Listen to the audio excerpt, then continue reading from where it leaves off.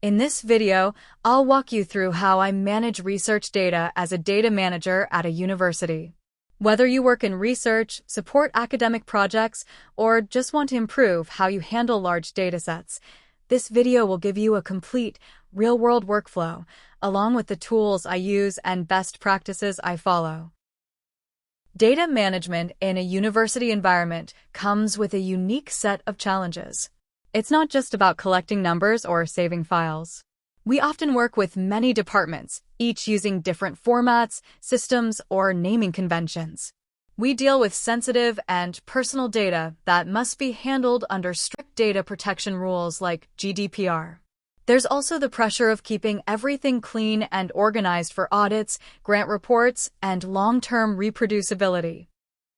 That's why I developed a 5-step system to stay on track and reduce errors.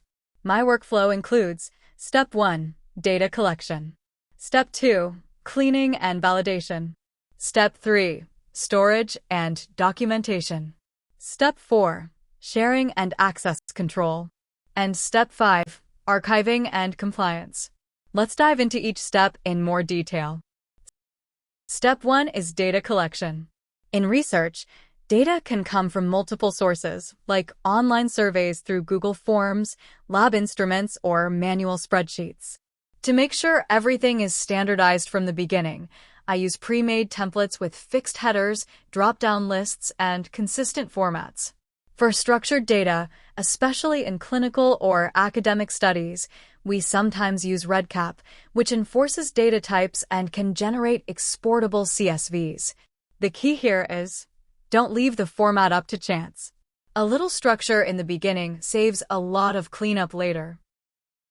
That leads us to Step 2, cleaning and validation. Raw data is rarely clean. There might be duplicates, missing values, inconsistent date formats, or even text in numeric fields.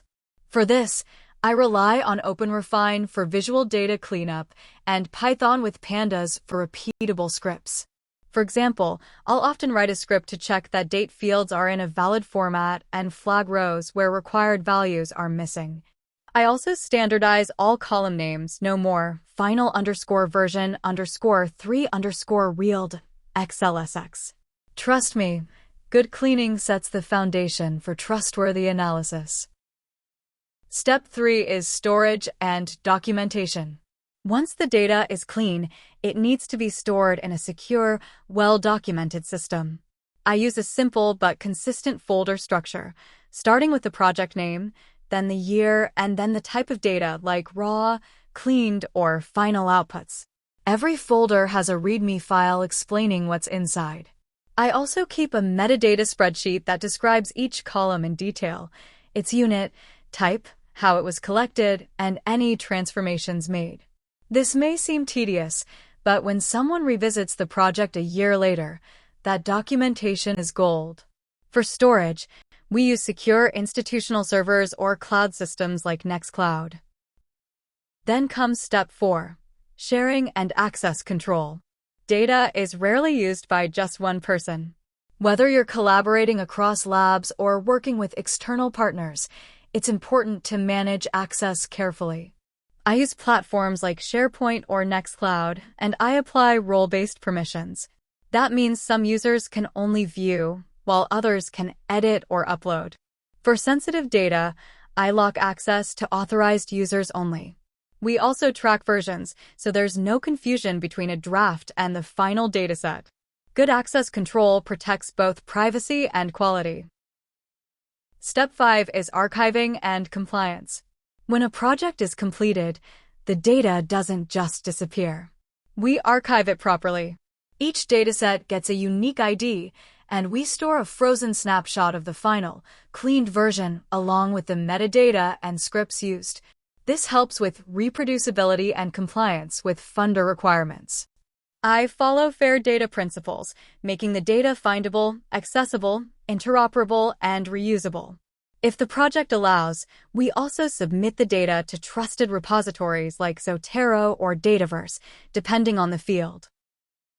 Now, what tools do I actually use day to day? For data cleaning, I use OpenRefine, which is amazing for spotting inconsistencies quickly. For collaborative tables and data input, I love Airtable. It's like Excel, but more flexible and trackable. For automation and scripting, I rely on Python with pandas, especially for cleaning, merging, and validation tasks. I use Nextcloud for backup and sharing, and Zotero for organizing datasets, references, and final reports. Most of these tools are free or open source, which is a big plus in academic settings.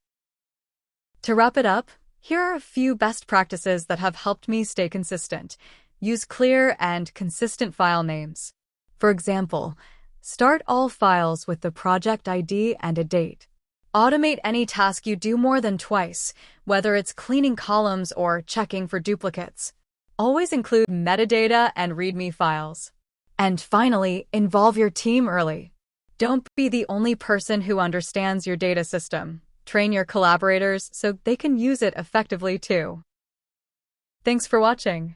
If this video helped you, please like and subscribe to Avalogix.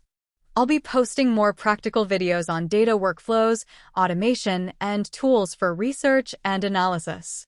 And if there's a challenge you face in your own data management work, drop a comment below. I'd love to cover it in a future video.